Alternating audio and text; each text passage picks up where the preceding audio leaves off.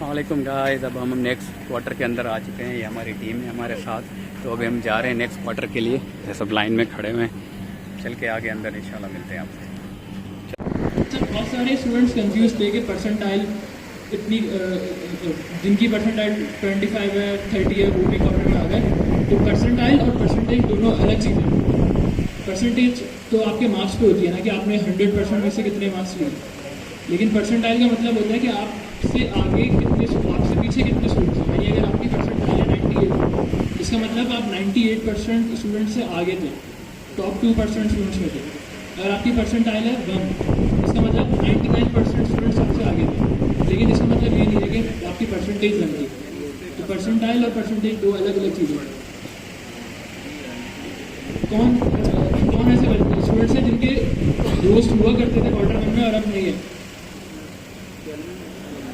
बहुत सारे स्टूडेंट्स के दोस्त अब नहीं रहे। दूसरे स्लॉट्स में चले गए या फेल हो गए? अच्छा, स्लॉट चेंज हो गया। कितने ऐसे हैं जिनका ये फर्स्ट टाइम है ये स्लॉट?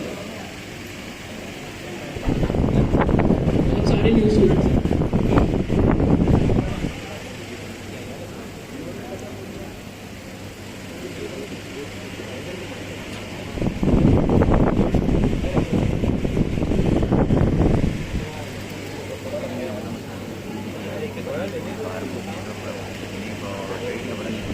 सुबह तो नहीं हो रही, दोपहर हो रही है। अस्सलाम वालेकुम। वालेकुम अस्सलाम। क्या हाल है सबके? अल्हम्दुलिल्लाह। ठीक है, तो जो है अभी क्वार्टर 2 हमारा स्टार्ट हो गया। क्वार्टर 2 मीन्स कि हमारे पास एक न्यू मोटिवेशन है, ठीक है, एक नया हमारे पास एक डायरेक्शन भी है जिससे हमें जो है सीखना है। क्वार्टर 1 में जो आपने लर्न किया था वो आपने स्पेसिफिकली जो है एक टाइप स्क्रिप्ट को ही लर्न किया था, ठीक है। अब हमारे पास जो है यहाँ पे है नेक्स्ट जेएस। जब हम नेक्स्ट जेएस लर्न करेंगे तो सिर्फ नेक्स्ट जेएस नहीं होगा, हमारे पास इसके साथ बहुत सारी चीज़ें जिनको हमें लर्न करना है, सीखना है। जैसे कि नेक्स्ट जेएस से पहले हमें जो है एक प्रोफिशिएंट हासिल करनी है HTML के अंदर, CSS के अंदर। तो आप लोग बेसिकली दोबारा से एक दफ़ा हैंड से बता दें कि HTML किस की स्ट्रॉन्ग है यहाँ पे, विदाउट एनी मतलब शेम कि भाई हमें HTML नहीं आती, हम क्वार्टर 2 में आए, कोई मसला नहीं है। अगर आपको नहीं भी आती तो हम है यहाँ पे। तो HTML में कौन प्रोफिशिएंट है सिर्फ वो हैंड रेज करेगा अपना।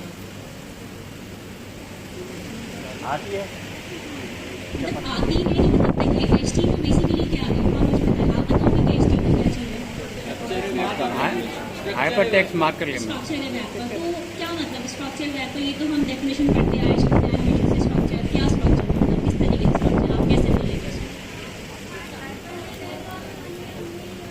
सॉरी, दोबारा बोलो। मैं वेब पेज का बेसिक लेआउट स्ट्रक्चर बना, ठीक है। अच्छा, आप लोगों ने एक बिल्डिंग देखी होगी। अगर हमें कोई घर बनाना है, कोई बिल्डिंग बनानी है, इसका प्रोजेक्ट है, तो सबसे पहले हम क्या करते हैं इसमें? हम उसके लिए एक तो सबसे पहले ड्राइंग बनाते हैं। ड्राइंग मतलब प्रीरिक्विजिट्स हो गया आपके पास, जैसे कि VS कोड वगैरह हो गए, कोड एडिटर हो गए, ये आपके पास एक ड्राइंग बनती है, ठीक है। दूसरा आप क्या बनाते हैं, फिर आप बिल्डिंग का स्ट्रक्चर बनाते हैं। आप ऐसा ही है कि बिल्डिंग के अंदर कितने रूम्स होंगे, कितने इसके जो है फ्लोर्स होंगे, क्या होंगे, वो सिर्फ स्ट्रक्चर होता है, जो कि समझ में बिल्कुल भी नहीं आ रहा होता, बट आपको पता होता है कि ठीक है ये स्ट्रक्चर है बिल्डिंग का और ये इस तरीके से काम होगा। तो आप उस स्ट्रक्चर को जो है रिजेम्बलेंस कर सकते हैं HTML के साथ, ठीक है। तो बस समझे कि एक बिल्डिंग आपने बनानी है, यहाँ पे उसकी फाउंडेशन जितनी स्ट्रॉन्ग होगी ना आपकी, यानी कि HTML आपकी जितनी ज़्यादा स्ट्रॉन्ग होगी, स्ट्रक्चर जितना अच्छा होगा आपका, तो उतनी ज़्यादा कम हेल्प लगेगी आपको अपने वेबसाइट को रन करवाने में, मीन्स के उसको इन करवाने में। जैसे कि अगर आपको अपनी वेबसाइट को अच्छा SEO चाहिए कि आपकी जो है रन अच्छा, आपका जो है गूगल के ऊपर आपके टॉप पे आए आपकी, तो उसके पीछे किसका हाथ होता है? CSS या किसी और AP उसका हाथ नहीं होता है। उसके पीछे जो है वो आपका स्ट्रक्चर होता है कि आपने स्ट्रक्चर में क्या चीज़ें डाली हैं ऐसी कि जिसमें से जो है वो हाई रैंक कर रही है आपकी वेबसाइट। तो वो चीज़ें हम सारी देखेंगे। अच्छा, हमारा जो तरीक़ेकार होगा पढ़ाने का वो ये होगा कि हम जो है ना बहुत तसल्ली से एक एक टॉपिक को अच्छी तरीके से पढ़ेंगे यहाँ पे, ताकि आप लोग की जो है ना बेस बहुत अच्छी स्ट्रॉन्ग हो जाए और आप लोगों को फिर आगे इन फ्यूचर प्रॉब्लम ना हो कोई भी फ्रंट एंड बनाने में या बैक एंड को यूज़ करने में नेक्स्ट जेएस के अंदर। तो उसके लिए हमने ये डिसाइड किया सबसे पहले जो है हम यहाँ पे फर्स्ट क्लास में HTML कवर करेंगे। HTML इस तरह कवर करेंगे कि 2 to 3 आवर्स के अंदर, ये 2 to 2.5 आवर्स के अंदर हम सारी HTML आज कवर कर लेंगे। इसके बाद जो है आपको असाइनमेंट्स दिए जाएंगे, वो असाइनमेंट्स आप लोगों को बनाने होंगे, वो प्योरली HTML के ऊपर बना के फिर आपने क्या करना होगा, उनको लिंक्डइन के ऊपर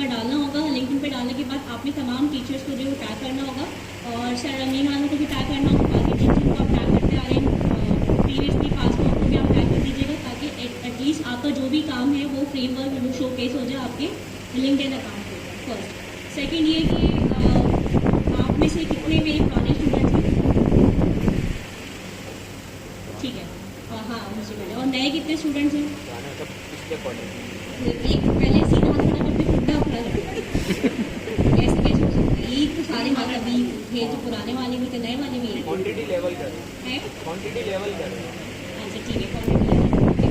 तो जो पुराने हैं वो तो मैं जानते ही हैं, उनको तो बताने की जरूरत नहीं कि मैं कौन हूँ। लेकिन जो नए स्टूडेंट्स हैं उनको मैं अपना इंट्रोडक्शन देती हूँ। मेरा नाम हिना है और मैं जो हूँ नॉन स्टैक डेवलपर भी हूँ और साथ में क्लाउड इंजीनियर भी हूँ। डेवलप्स मेरा मतलब क्लाउड कंप्यूटिंग के अंदर मेरी जो है प्रोफिशिएंसी है। इसके अलावा जो है मैं जॉब करती हूँ एक यूएसए फर्म के साथ जो कि रिमोट बेस्ड जॉब है और वो है क्लाउड के अंदर। मैं सपोर्ट करती हूँ एज ए क्लाउड इंजीनियर वहाँ पे, ठीक है। और यहाँ पे जो है इंशाल्लाह ताला मैं आप लोगों को पूरी कोशिश करूँगी कि अच्छी तरीके से आप लोगों के जो है दिमाग में जो कि क्लाउड पे है उसके अंदर जो है नेक्स्ट डेज वगैरह वो अच्छी तरह से इम्प्लीमेंट या आपको सिखा दूँ। अच्छा, पास में कुछ इस तरह की चीज़ें हुई हैं कि देखें स्टूडेंट्स जो होते हैं ना वो खूब प्रैक्टिस करता नहीं है। मतलब मैं भी हूँ और मैं भी जैसे ट्रेनिंग लेती हूँ तो मैं कहती हूँ ठीक है हम कल कर लेंगे। आज ट्रेनिंग सर ने दी, पढ़ाया मुझे और फिर मैंने कहा ठीक है मैं कल कर लूँगी जाकर, और वो कल मेरी कभी नहीं आती। फिर नेक्स्ट वीक जब मेरी दोबारा से क्लास होती है उनसे तो फिर मैं दोबारा से लैपटॉप ऑन करके मैं कहती हूँ याददाश्त में पढ़ लेती तो एटलीस्ट ये होता। समटाइम ऐसा हो जाता है, नॉट एवरी टाइम। समटाइम ऐसा होता है कि मैं नहीं पढ़ पाती हूँ टाइम की वजह से। तो अब ये होता है कि जो स्टूडेंट नहीं पढ़ता है ना तो फिर होता ये है कि उसको चीज़ें क्लियर नहीं होती है। क्यों? क्योंकि जब वो खुद प्रैक्टिस करने में बैठे 10 किस्म के एरर्स आते हैं। जो 10 किस्म के एरर्स आते हैं तो फिर आप लोग ट्रबल शूट नहीं कर पाते। फिर उसके बाद क्या होता है, बहुत ईजी होता है आपके पास ब्लेम करना अपने ऊपर टीचर कि भाई जो ट्रेनर था उसने हमें अच्छे से नहीं पढ़ाया जिसकी वजह से हमें ये प्रॉब्लम्स हो गई। तो देखें अभी आप लोगों के पास फैसिलिटी मौजूद थी, आपको टीचर का नाम दिया गया था कि भाई ये टीचर होगा फला क्लास के अंदर, तो अब आप अपनी मर्जी से जो है वो क्वार्टर 1 आपने पढ़ लिया, क्वार्टर 2 अपनी मर्जी से लें। तो आप लोग इस क्लास में आए अपनी मर्जी से आए, ठीक है। आपको किसी ने फोर्स नहीं किया इस क्लास में आने के लिए, ना ही आपको पैसे दिए गए कि आप इस क्लास में आए। तो बनाए मेहरबानी अब आप लोग आ गए अपनी मर्जी से, तो फिर यहाँ पे जो है आप लोगों ने पूरा अपना टाइम देना है पढ़ाई को। जो टाइम स्क्रिप्ट निकल गया बहुत ईजी था, उसमें कोई मसला नहीं है। लेकिन नेक्स्ट डेज के अंदर बहुत सारी चीज़ें हैं, मैं आपको भी बता रही हूँ कि नेक्स्ट डेज के अंदर आपको बहुत मेहनत करनी पड़ेगी, बहुत एफर्ट्स करने पड़ेगी। क्योंकि आपको सिर्फ नेक्स्ट नहीं सीखनी है, यहाँ पे आपको बकायदा पूरा बैकएंड पे आपको HTML भी सीखना है, CSS भी सीखने हैं और आपको बाकी CSS के फ्रेमवर्क भी सीखने हैं कि किस तरीके से जो आपने अपना फ्रंट एंड बनाना है। जो लोग बना चुके होंगे नेक्स्ट पे माइलस्टोन वगैरह, उनसे पूछेंगे सीखने के बावजूद भी उनको 8-10 12 घंटे लगे होंगे एक पोर्टफोलियो बनाने में। तो जिनको आता है वो 12 घंटे से 13 घंटा लगा रहे हैं उसको बनाने में, ये 2-3 दिन लगा रहे हैं, तो फिर आपको बिल्कुल ड्रॉ है आपको कुछ भी नहीं है। तो आपको बहुत ज़्यादा जो है मेहनत करनी पड़ेगी और इनको देना पड़ेगा, ठीक है। अच्छा, साथ ही में बिफोर स्टार्टिंग क्लास जो है मैं इंट्रोडक्शन देना चाहूँगी। बताना चाहूँगी कि मेरे साथ जो फैकल्टी मेम्बर है वो भी आप अपने आप को इंट्रोड्यूस करवा दें ताकि आपको पता हो कि कौन कौन आपको पढ़ा है। तो हुनैन को तो आप सब जानते ही हैं, अभी हुनैन ने अपना डिस्कस भी कर लिया आपसे। अब जो है मेरे साथ आयशा है, अब वो भी फर्स्ट इंप्रेशन देगी।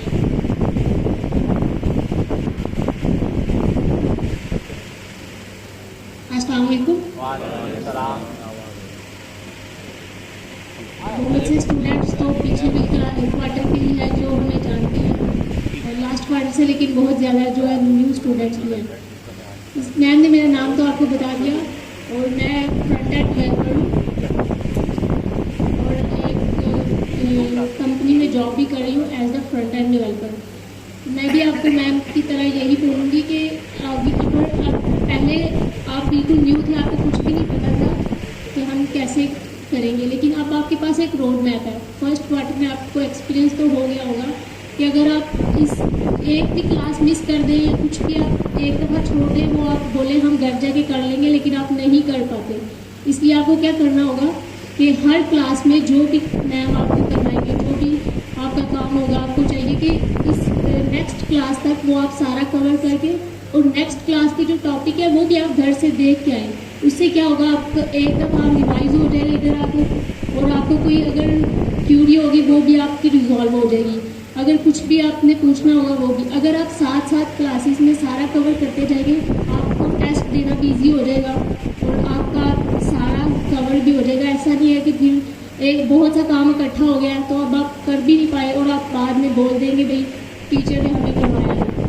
तो इसके लिए अच्छा यही होगा हर क्लास में जो भी आपको दिया जाएगा वो करके आए, क्योंकि इस क्लास में हम हैंड्स ऑन प्रैक्टिस करेंगे। सारे प्रोजेक्ट्स, आप जितने प्रोजेक्ट्स बनाएंगे आपका उतना ही हाथ सेट होगा, प्रैक्टिकली काम करेंगे, चीज़ें ज़्यादा समझ आएंगी। तो उसके लिए आपको प्रैक्टिस करना पड़ेगी। ये सब तो जानते ही हैं कि अगर आपको सर्टिफिकेट मिल भी जाए तो आपको जॉब नहीं मिलेगी जब तक आपको काम नहीं आता होगा। हमारी फील्ड भी ऐसी ही है कि अगर किसी के भी सामने बैठे 2 मिनट में अगले बंदे को पता चल जाएगा कि हमें कितना काम आता है। तो इसमें हम ये तो नहीं है बस सर्टिफिकेट ले लिया तो बोल दे कि भाई हमें अब जॉब मिल जाएगी। इसके लिए हमें प्रैक्टिस करना पड़ेगी। और अब हम जो कि प्रैक्टिकली आज से स्टार्ट कर लेंगे अपना काम, हम क्या करेंगे, वेबसाइट बनाना स्टार्ट करेंगे ओबियसली सबसे पहले। तो मैं यही कहूँगी कि जब आप कोई भी वेबसाइट बनाएं या कोई भी प्रोजेक्ट बनाएं तो पहले उसे समझ लें कि हमने इसे कैसे बनाना है। जब आप उसे समझ आए, ये नहीं कि पूरी वेबसाइट देखी तो बोल रहे हमसे नहीं बनेगी, हमसे नहीं बनेगी। अगर हम उसे पार्ट्स में डिवाइड कर लेंगे, हम उसे माइलस्टोन में कर लेंगे, पहले हमें इसका हेडर बनाना है, फिर इसका हीरो सेक्शन बनाना है, फिर इसका नेक्स्ट कंपोनेंट बनाना है। तो इस तरह क्या होगा, हमारे लिए ईजी हो जाएगा। एक तो हमें समझ आ जाएगी कि ये कैसे हुआ है, उसको अच्छे से देख लिया, फिर उसे समझ के काम स्टार्ट करेंगे तो हमारे लिए बनाना ईजी हो जाएगा कि इसमें क्या हेडिंग है, कितने लिंक्स हैं या जो भी है उसमें कंपोनेंट्स वगैरह हर चीज़। और अपने प्रोजेक्ट को इस तरह माइलस्टोन में कवर करेंगे तो आपके लिए सीखना भी आसान होगा, समझना भी आसान होगा।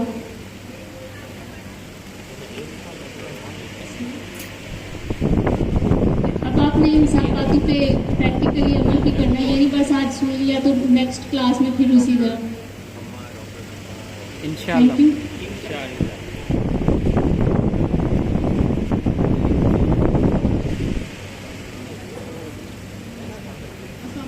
वालेकुम अस्सलाम। मेरा नाम मदीना है और बाय क्वालिफिकेशन मैंने स्विच की थी और मेरा एक्सपीरियंस अभी तक है।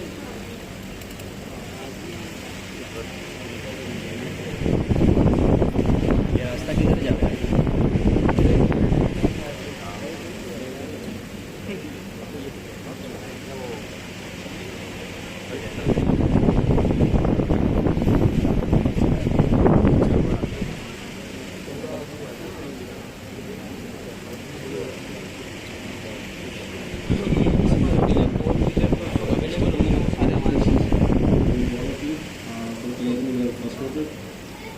Myself, my name is Sabir Raja.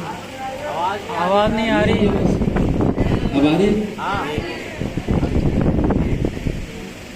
First of all, my name is Sabir Raja and I am a software engineer currently working as a full stack developer for Starbucks. अपना experience की बात करें तो मेरा around 2 year of experience है इन IT industry. So basically ये मेरा introduction था। इसके अलावा फर्स्ट ऑफ ऑल ये है कि आप सारे में आप सब लोगों ने फर्स्ट क्वार्टर क्लियर किया तो first of all congratulation. Thank you. उसके अलावा ये कि अपने सेकंड क्वार्टर में आप लोगों ने डेवलपमेंट की तरफ आना। तो फर्स्ट क्वार्टर में आप लोगों ने टाइप्स वगैरह पढ़ी, प्रोग्रामिंग लैंग्वेज की अंडरस्टैंडिंग हुई। सेकंड क्वार्टर में आप लोगों को डेवलपमेंट की तरफ आना जिसमें आपने HTML, CSS, देन नेक्स्ट.js से पहले आपने React.js ये सारी चीज़ें कवर करनी है। तो सब आपके साथ में मैं एज अ टीचर असिस्टेंट आपके यहाँ अवेलेबल हूँ। तो एनी काइंड ऑफ अगर कि आपको असिस्टेंट चाहिए होगी तो मैं से रीच आउट कर सकता हूँ। Thank you.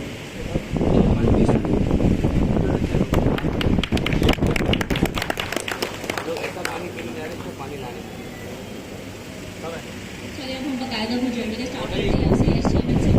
ठीक है, तो जो है सबसे पहले जिनको आता है थोड़ा सा दुआ सुन लें और जिनको नहीं आता वो बगौर को देखें कि हम किस तरह काम करें। सबसे पहले आपने यहाँ पे क्या करना है, एज यूजुअल यहाँ पे आपको कोड क्लिक करना है जैसे आप टाइप स्क्रिप्ट में किया करते हैं। सॉरी, बिस्मिल्लाह पढ़ लो तो फिर आगे कुछ नहीं पढ़ लेती हूँ और शुरू कर लेती हूँ, फिर मिलाते नहीं।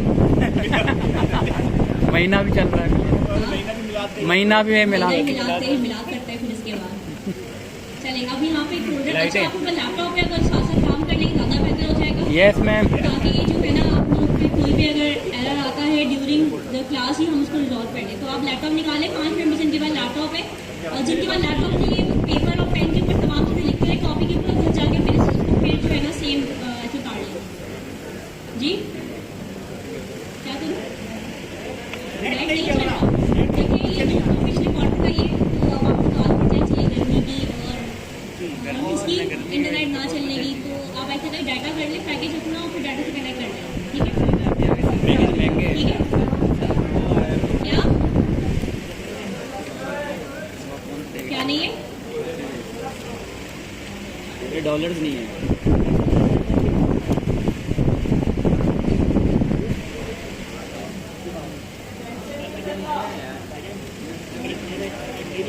एक्सटेंशन नहीं चल रहा, कौन सा एक्सटेंशन नहीं चल रहा? ये भी पुराना काम है, इसकी ब्याज पड़ जानी चाहिए आपको। लैपटॉप घर से 400 के लिए क्या करें अपना, देखिए कहीं ना कहीं चेक करें क्यों चल रहा है एक्सटेंशन, किसका भी सेशन चल रहा है भाई, तो उनको बता दो ताकि ये जो है अपनी सीट एडजस्ट करने में आते हैं। और मेरी स्पेशल रिक्वेस्ट फीमेल से है, प्लीज़ आप तो अगर आ भी रहे तब भी आप सवाल करेंगे लाजमी, ठीक है? अगर सवाल नहीं है तो बहुत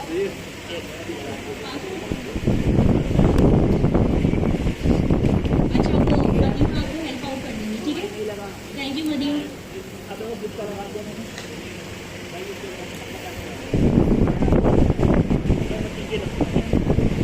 हो गए लैपटॉप ऑन हो गया आप लोगों के? यस सबके ऑन हो गए laptop? Yes ma'am. Paper copy pencil सब है, लैपटॉप नहीं है?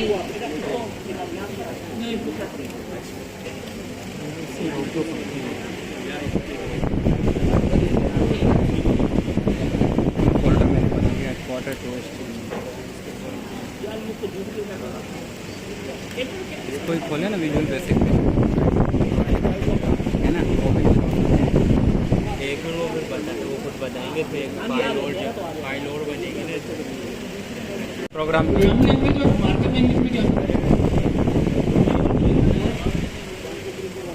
ऐसी लैंग्वेज जिसमें हम कंप्यूटर को सिखाते हैं कोई भी काम करना, या कंप्यूटर को कोई भी इंस्ट्रक्शन देते हैं कि आपने ए प्लस बी इस तरह करना है, ए की वैल्यू भी होगी, बी की होगी, यहाँ से यूजर से इनपुट लेना है। ऐसी लैंग्वेजेस जिसमें आप कंप्यूटर को इंस्ट्रक्शंस दें, वो क्या कहलाती है? Programming languages. और ऐसी लैंग्वेज जिसमें आप लेआउट बनाते हैं स्क्रीन्स का, उसको आप क्या कहेंगे? Markup language. Markup language. तो HTML एक ऐसी लैंग्वेज है जिसमें हम डिसीजन नहीं ले सकते। अब डिसीजन लेने से क्या कंडीशन नहीं लगा सकते। टास्क्रिप्ट में आप डिसीजन लेते थे,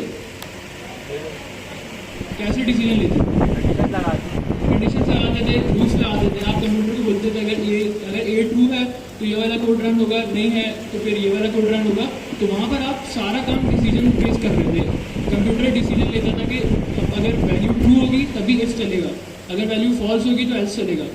तो ऐसी लैंग्वेज जिसमें आप डिसीजन ले रहे हैं, HTML एक ऐसी लैंग्वेज नहीं है।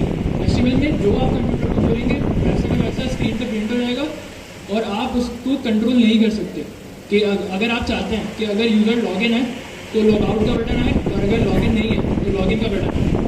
ये चीज़ आप HTML में नहीं कर सकते। यहाँ पर आपको टाइपस्क्रिप्ट का ही इस्तेमाल करना पड़ेगा। अच्छा, स्टार्ट करते हैं। ठीक है, तो आप सबका फोल्डर क्रिएट हो गया? Yes ma'am. ठीक है, फोल्डर क्रिएट होने के बाद जो सबसे पहले हमें काम करते थे वो हमें फाइल क्रिएट करते थे, ठीक है? Yes ma'am. तो जब हम टाइप्स के लिए फाइल क्रिएट करते थे तो हम एक्सटेंशन क्या यूज़ करते थे उसका? यस क्या करते थे? TS। .ts। पीछे वाले भी हमारे साथ ही हैं, तो प्लीज़ आप भी बोल सकते हैं। क्या करते थे हम लोग? TS।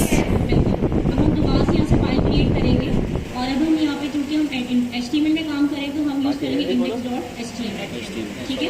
अच्छा, मुझे बताएगा ये बात कि हमेशा हमें इंडेक्स लिखना चाहिए, हम कोई और नाम भी लिख सकते हैं? कुछ भी लिख सकते हैं, कुछ भी लिख सकते हैं। हम लोग यहाँ पे कोई और नाम भी लिख सकते हैं, लेकिन index.html क्यों लिखते हैं हम इंडेक्स यहाँ पे? आसानी नहीं, क्योंकि वो कन्वेंशन है, ठीक है? Yes, कुछ ma'am. चीज़ें होती हैं कन्वेंशन बेस्ड होती हैं आपके पास। कन्वेंशन क्या होती है? जो कहते हैं रीत चली आ रही, कल्चर है हमारा, ये रीत चली आ रही हमारे फैमिली में इस तरीके से होता है। सब्जी बेच रहे हैं वहाँ पे, क्यों? हाँ? वहाँ पे क्योंकि हमें जो है कन्वेंशन को फॉलो करना होता है। हम यहाँ पे कुछ भी लिख सकते हैं। इवन अगर किसी का नाम सना है तो सना.html भी कर सकते हैं, और किसी का नाम अगर आयशा है तो आयशा.html भी कर सकते हैं। हम कोई प्रॉब्लम नहीं होगी, काम बिल्कुल सही होगा आपका। लेकिन index.html लिखने का मकसद ये है कि हमें कन्वेंशन को फॉलो करना है, और अगला बंदा जो भी पढ़े तो उसे पता हो कि आप प्रोफेशनलिज्म है आपके अंदर, आपको काम पता है कि हम लोग जब भी प्रेजेंट करते हैं HTML फाइल तो इंडेक्स से प्रेजेंट करते हैं। तो सबसे पहले हमने यहाँ पे क्या क्रिएट करना है? एक यस ठीक है। देखिए तो यहाँ पे क्या HTML लिखा है एमेट type। एब्रीविएशन।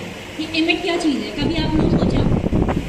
जितने लोगों को HTML आती है क्या वो मुझे बता सकते हैं व्हाट इज एमेट?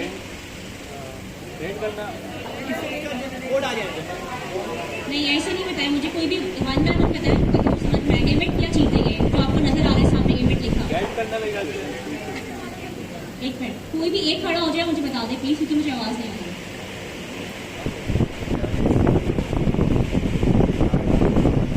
जी बेटा हाँ बता। बेसिक कंपोनेंट्स,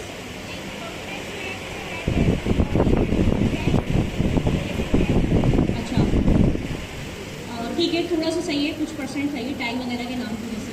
अच्छा और किसी को पता है एमेट एब्रीविएशंस, एमेट क्या चीज़ है ये? सिंटैक्स हाँ बताइए, आपका हैंड रेज हो रहा है, क्या है?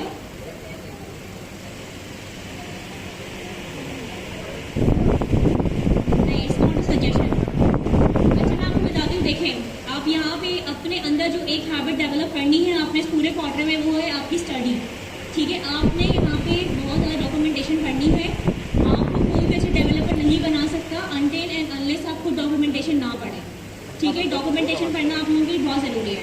तो अब यहाँ पे हम यहाँ आते हैं और यहाँ आने के बाद अगर मैं यहाँ लिखूँ तो एमेट को लिखती हूँ कि एमेट क्या चीज़ है यहाँ पे।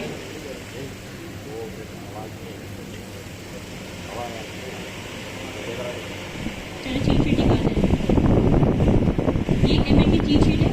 ठीक है, यहाँ पे अगर हम आके देखते हैं एमेट के ऊपर,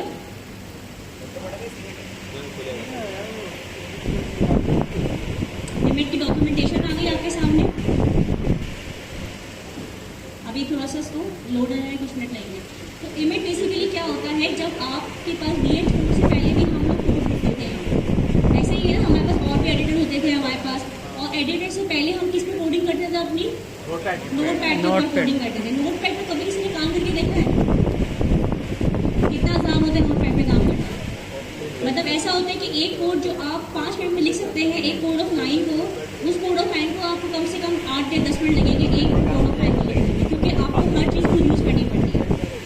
ये देखिए ये है एमेट आपके पास। ठीक है, बेसिकली एमेट क्या होता था, जब आप नोटपैड पे या दूसरे एडिटर पे काम कर रहे थे तो शॉर्टकट होता था आपके पास कि आप शॉर्टकट में किस तरह काम कर सकते हैं, किस तरीके से आप टैग्स बना सकते हैं, किस तरीके से आप एलाई, मतलब आपके पास मल्टीप्लिकेशन किस तरह कर सकते हैं, आप सिबलिंग किस तरह बना सकते हैं। ठीक है, इसके अलावा जो है आप टेक्स्ट किस तरह लिख सकते हैं, ग्रुपिंग किस तरह कर सकते हैं, ये सारे एमेट के अंदर होती थी आपकी शॉर्टकट्स होते हैं जो VS कोड से पहले होते थे। लेकिन VS कोड जब आया आपके पास तो VS कोड के अंदर बाय डिफॉल्ट जो है वो एमेट है। ठीक है, VS कोड के अंदर बाय डिफॉल्ट क्या है? वो एमेट है यहाँ पे। ठीक है, तो इसीलिए जब मैं सिर्फ एक्सक्लेमेटरी मार्क लगाती हूँ यहाँ पे, तो वो क्या करता है, इसको क्लिक करने से पूरा मुझे क्या देगा यहाँ पे, बॉयलर प्लेट देगा यहाँ पे। ठीक है, तो हमारे पास ये बहुत अच्छी एक चीज़ हो गई जो कि आपके टाइम में है कि आपके पास VS कोड अवेलेबल है।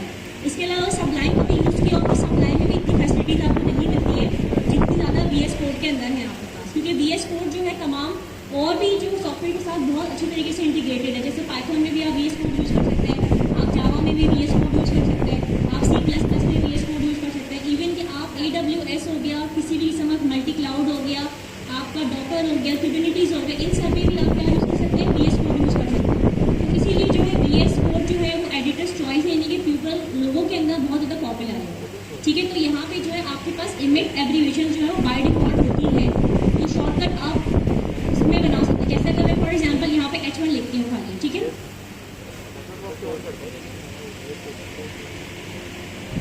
ये देखिए मुझे कुछ भी मेहनत नहीं करनी पड़ी, ऑटोमेटिकली जो है मेरे पास ये चीज़ आ गई। सही है, अब ये तो समझ में आ गया एमेट एब्रीविएशंस क्या होते हैं। अब हम थोड़ा सा स्ट्रक्चर देख लेते हैं, जो डॉम की बात की है हुनैन ने, हम थोड़ा सा इसको डॉम स्ट्रक्चर थोड़ा सा वर्किंग कर लेते हैं। डॉम क्या होता है, तो डॉम क्या होता है, कोई बताना पसंद करेगा कि what is the abbreviation of DOM? Document object सब मिलके बताएं। डॉक्यूमेंट ऑब्जेक्ट ओरिएंटेड बैठे अभी साइड वाले है ना, डॉक्यूमेंट पता नहीं है, ओरिएंट बताया तो भी आप लोगों का चला गया अभी तक। दोबारा बताएं लाउड ताकि जिनको नहीं पता। D for document, O for object, N for model, document object model. ठीक है, इसके अंदर क्या होता है, जैसे हमारे पास एक ऑर्गेनाइजेशन होती है। ठीक है, आप में से कितने लोग ऑर्गेनाइजेशन में काम करते हैं, कितने लोग जॉब करते हैं? तो किसी ऑर्गेनाइजेशन में करते होंगे ना काम, है। अब आपके एक हायरार्की होता है, ठीक है, एक स्ट्रक्चर होता है ऑर्गेनाइजेशन का, एक हायरार्की होता है। सबसे पहले कौन आता है? CEO ऑफ द कंपनी आता है, ठीक है। CEO के बाद क्या आता है आपके पास? डायरेक्टर आता है। डायरेक्टर के बाद कौन आता है आपके पास? हेड ऑफ डिपार्टमेंट्स आते हैं। हेड ऑफ डिपार्टमेंट्स के बाद कौन आता है आपके पास? मैनेजर्स आते हैं। मैनेजर्स के बाद कौन आता है? Assistant manager and so on. आपके पास पूरी हायरार्की बनी होती है। उसी तरीके से हमारे पास HTML के अंदर भी एक हायरार्की बनी होती है, ठीक है, जिसमें सबसे टॉप पे जो है वो पेरेंट होता है हमारे पास, यानी डॉक टाइप होता है हमारे पास। डॉक टाइप मतलब क्या है? Parent document type document type. हम अपने बैकएंड में मेमोरी को बता रहे हैं कि डॉक्यूमेंट टाइप में हमारे पास क्या है? HTML। HTML के अलावा और भी हो सकते हैं, XML भी हो सकता है आपके पास, है ना, और भी डॉक्यूमेंट मतलब डॉक टाइप हो सकते हैं। तो हम उसको बता रहे हैं कि जो डॉक टाइप हमारा वो क्या है? HTML है, ठीक है। अच्छा अब आप ही देखें जी, यहाँ से HTML चेंज कर देंगे, नीचे एमएड चेंज हो जाएगा। जो HTML है डॉक टाइप चेंज कर देंगे, ब्राउज़र डाल देंगे, नीचे जो एमएड एप्लीकेशन आ रही थी वो चेंज हो जाएगी। तो वो एमएड उसी को उठाना पड़ेगा, जैसे हमने, हाँ उसी को उठाना पड़ेगा, जैसे हमने इंस्पिरेशन मार दिया था, फिर पोस्टर्स को ठीक है। अब आप ये देखिए यहाँ पे जो है डॉक टाइप जो है सिर्फ एक है खाली, यानी पेरेंट अगर आप इसको कहेंगे तो पेरेंट आपका जो है ओपन भी हो रहा है, क्लोज भी हो रहा है। ओपनिंग और क्लोज टाइप को पता आपको क्या होता है? यस, ठीक है, वो मैं आपको मज़ीद बता दूँगी ओपनिंग और क्लोजिंग क्या होता है। जिनको नहीं पता आगे कुछ सेकंड में पता चल जाएगा। तो अभी देखिए डॉक टाइप जो है ये आपके पास ओपनिंग क्लोजिंग दोनों टाइप है, ठीक है। इसके बाद हमारे पास क्या आता है? HTML आ गया, ठीक है। HTML के बाद हमारे पास क्या लिखा हुआ है? लैंग मीन्स क्या है आपके पास? लैंग्वेज। और EN मतलब इंग्लिश में प्रेजेंट करेंगे, यानी कि हम बताना चाह रहे हैं कि जो स्ट्रक्चर बनेगा, जो वेबसाइट बनाएगी हमारी बेस्ड ऑन किस पे बनेगी? वो इंग्लिश में बनेगी, ठीक है। इसके बाद अगर मैं इसको थोड़ी देर के हटा देती हूँ,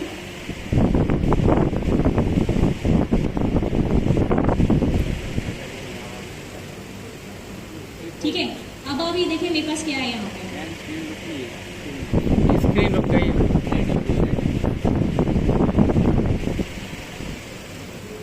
HTML ओपन हुआ और यहाँ के at the end of the page line number 9 में जो है HTML क्लोज हो गया। हैंग हो गया, जी स्क्रीन हैंग हो गया। ठीक है, कोई बात नहीं, ठीक है। तो आपके पास यहाँ पे लाइन नंबर 2 के अंदर जो है HTML ओपन हुआ और लाइन नंबर 9 में क्या हो गया? HTML आपका क्लोज हो गया, ठीक है। इस HTML के अंदर अब जो है इसके 2 चाइल्ड है। HTML में कितने चाइल्ड है आपके पास? यहाँ पे 2 चाइल्ड है। कौन कौन से? 2 बच्चे,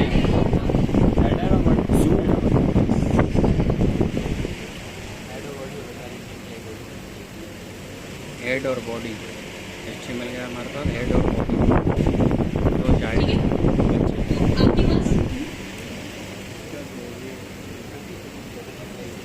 तो आपके पास यहाँ पे 2 चाइल्ड हैं। एक कौन सा चाइल्ड है आपके पास? हेड का चाइल्ड है और दूसरा कौन सा चाइल्ड है? बॉडी का चाइल्ड है, ठीक है। तो हेड के चाइल्ड में हम क्या लिखते हैं यहाँ पे? हम यहाँ पे एक तो मेटा यूज करते हैं और दूसरा हम क्या यूज करते हैं यहाँ पे? टाइटल यूज करते हैं। और तीसरा क्या चीज़ यूज करते हैं हम यहाँ पे? हम लिंक्स यूज करते हैं यहाँ पे, ठीक है। जो भी चीज़ हमें बाहर से इंपोर्ट करवानी होती है तो वो सारे लिंक्स कहाँ पे हम यूज करते हैं? अपने टाइटल के अंदर यूज करते हैं, ठीक है। तो अब मुझे बताएं कि कौन मुझे बताएगा मेटा क्या होता है? Data about data. हाँ,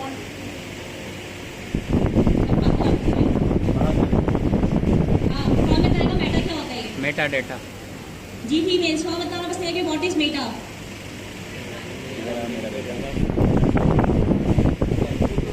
मेटा आप में से कोई बताना चाहेगा स्ट्रॉन्ग में से मेटा? जी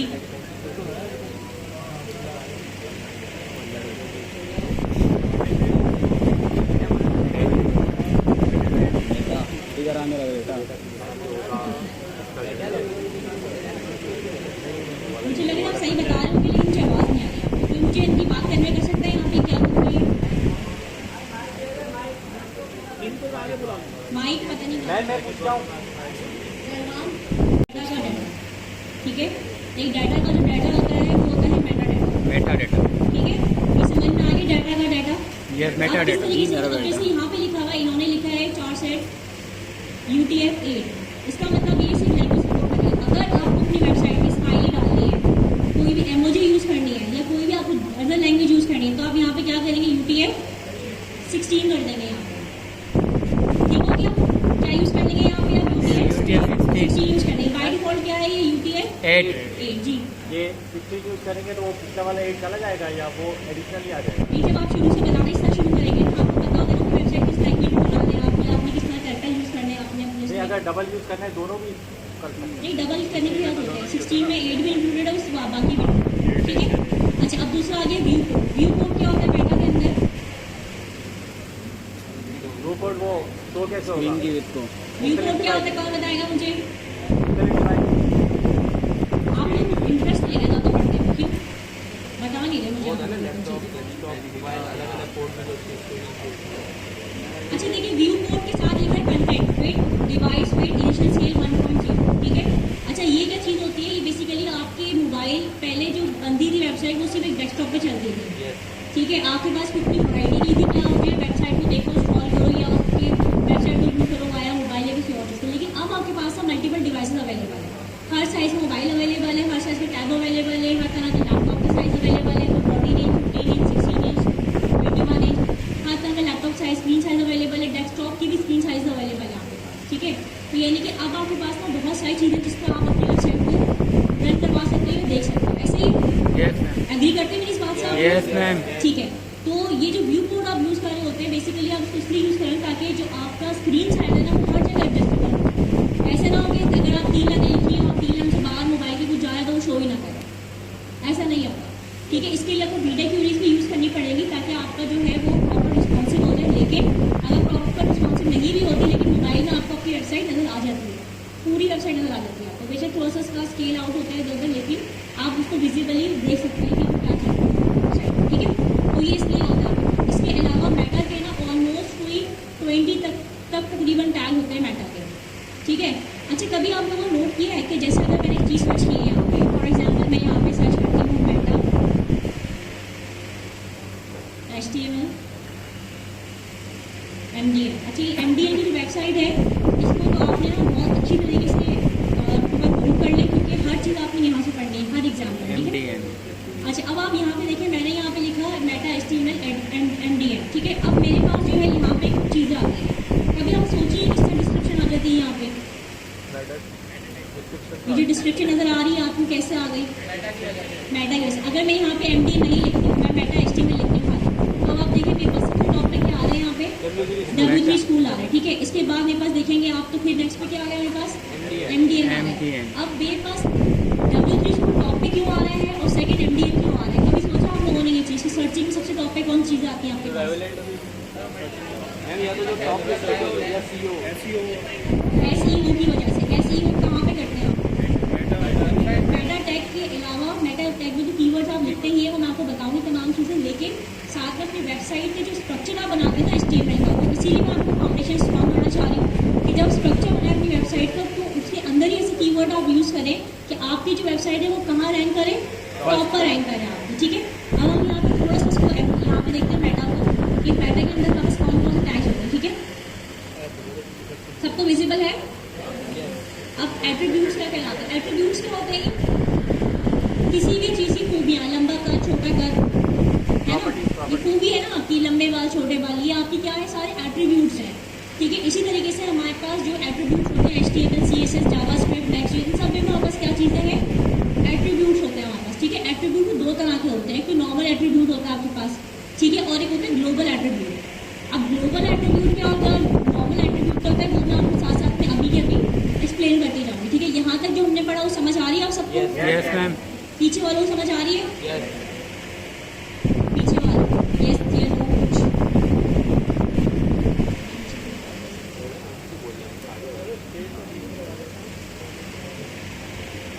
ठीक है, आप और नहीं होगी तो हम नहीं कर सकते ना बिरयानी।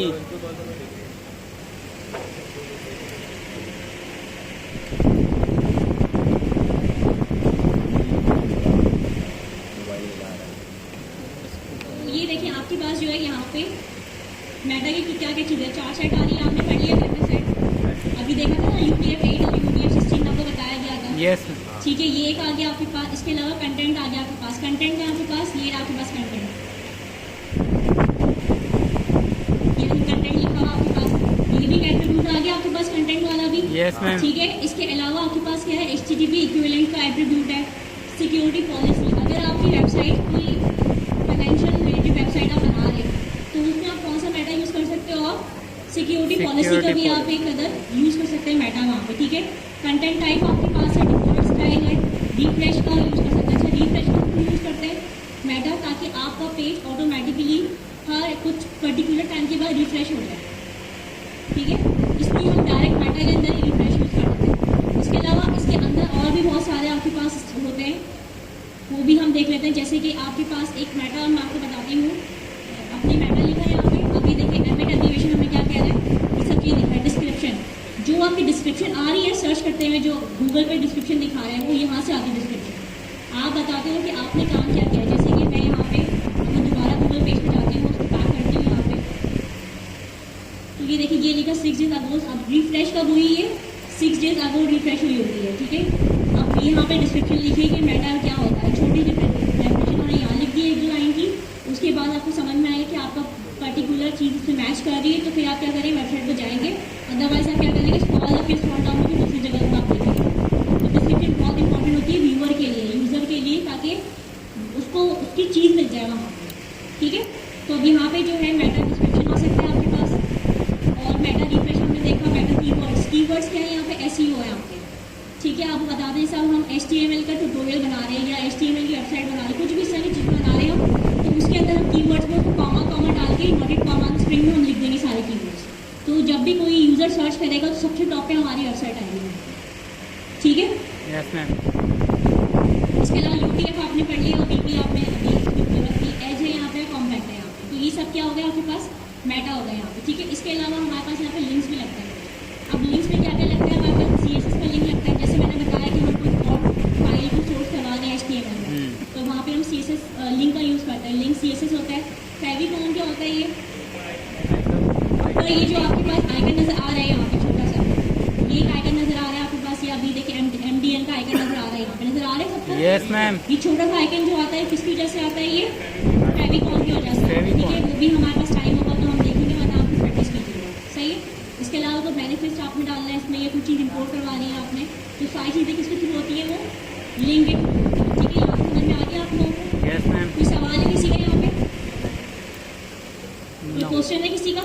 तुम्हारा है? ठीक है। अब यहाँ पे आपके पास आगे टाइटल क्या होता है आपका? जो मेन आपकी मेन हेडिंग, मेन जैसे आपने यहाँ पे लिखा मेन हेडिंग टैब की है। HTML क्रॉस कर दिया आपने। इसके बाद फिर आप क्या करेंगे यहाँ से?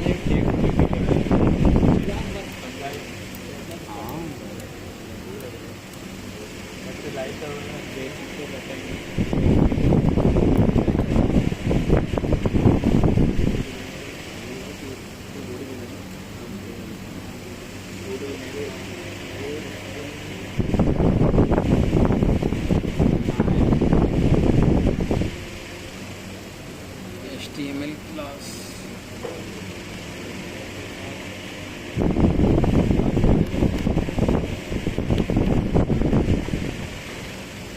स्पेस क्लास,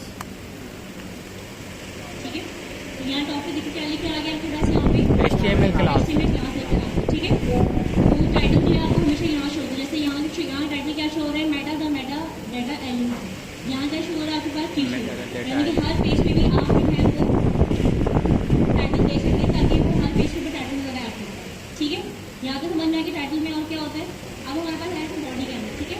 अब बॉडी में हमारे पास कोई टैग होता है। अच्छा, आप मुझे क्यों बताइए टैग और एलिमेंट में क्या डिफरेंस होता है?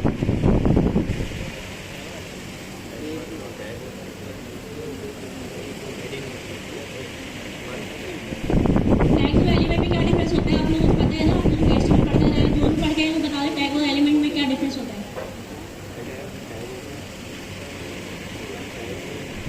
सन्नाटा।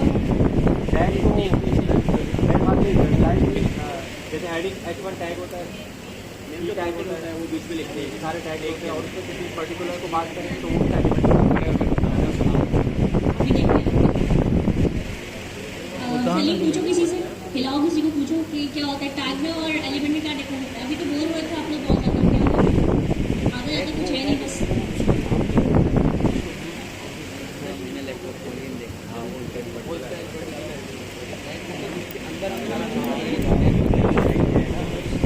टैग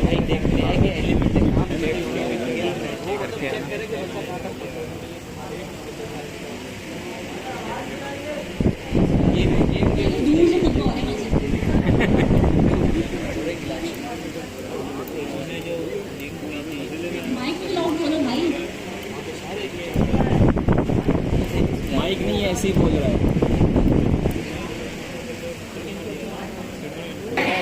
ये क्या है आपके पास? टैग है, ठीक है। अब अगर मैं इसमें लिखती हूँ तो अभी क्या बन गया हमारे पास?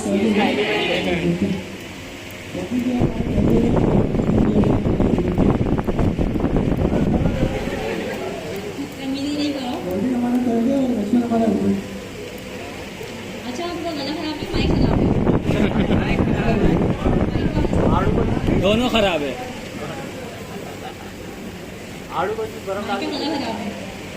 अच्छा किसने बोले ना? बहुत अच्छी लग रही है, सब बात है। ये क्रॉस कौन बुलाया? आपने बुलाया?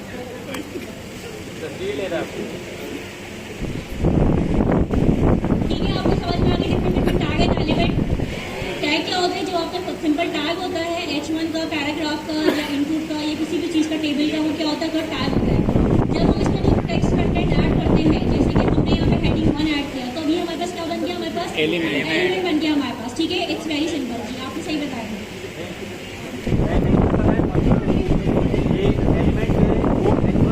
पूरा एलिमेंट बन गया H1 का जी। ठीक है, जो लाइन नंबर 9 है पूरा एलिमेंट बन गया जी। हेलो बताइए। नवीन भाई को ऊपर अपने साथ बिठा ले। सबके कॉन्सेप्ट ही लाइक है।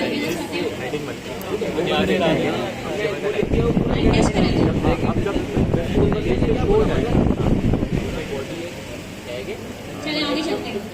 ठीक है, आप लोग अंडरस्टैंड कर difference between tag and the element. ठीक है, अच्छा अब यहाँ पे देखिए ये कौन सा टैग कहलाएगा? ओपनिंग क्लोजिंग टैग कहलाएगा या सेल्फ ओपनिंग टैग कहलाएगा? ओपनिंग और क्लोजिंग दोनों। अगर आप सब मिलके बोलेंगे तो आप बिलीव करेंगे, आपको भी चीज़ याद है। ओपन एंड क्लोज दोनों है। Open and close. Closing tag. अच्छा चलिए, अब मुझे काम बताइएगा। ये तो मैंने यहाँ पे ओपन कर लिया, ठीक है। अगर मैं इसको रिफ्रेश करती हूँ यहाँ पे तो ये बस हेडिंग बना दिया, ठीक है। अगर मैं यहाँ से इसको हटा देती हूँ तो आप बताइए मेरे पास हेडिंग बनाएगा कि नहीं आएगा? नहीं आएगा। मैंने इसका टैग हटा दिया है, क्लोज भी नहीं किया। क्लोज नहीं किया, नहीं आएगा। कितने लोग कह रहे हैं आएगा? हैंड रेस कर ले। अच्छा ठीक है, डाउन। नहीं आने वाले कितने वो हैंड रेस कर ले? अच्छा, और HTML कौन कौन पढ़कर आ चुका है? क्या आपको हो गए? अपनों पर भरोसा ही नहीं है। मैं हंसना चाहती थी लेकिन आप लोग हंसा रहे। अभी भी ये क्या हो रहा है? रिफ्रेश कर ले। रिफ्रेश कर। रिफ्रेश, ये लोग कितने बार रिफ्रेश तब भी आ रहा है। हैं? अच्छा ऐसे कर लेते हैं, ऐसे भी कर लेते हैं, अब भी आ रहा है।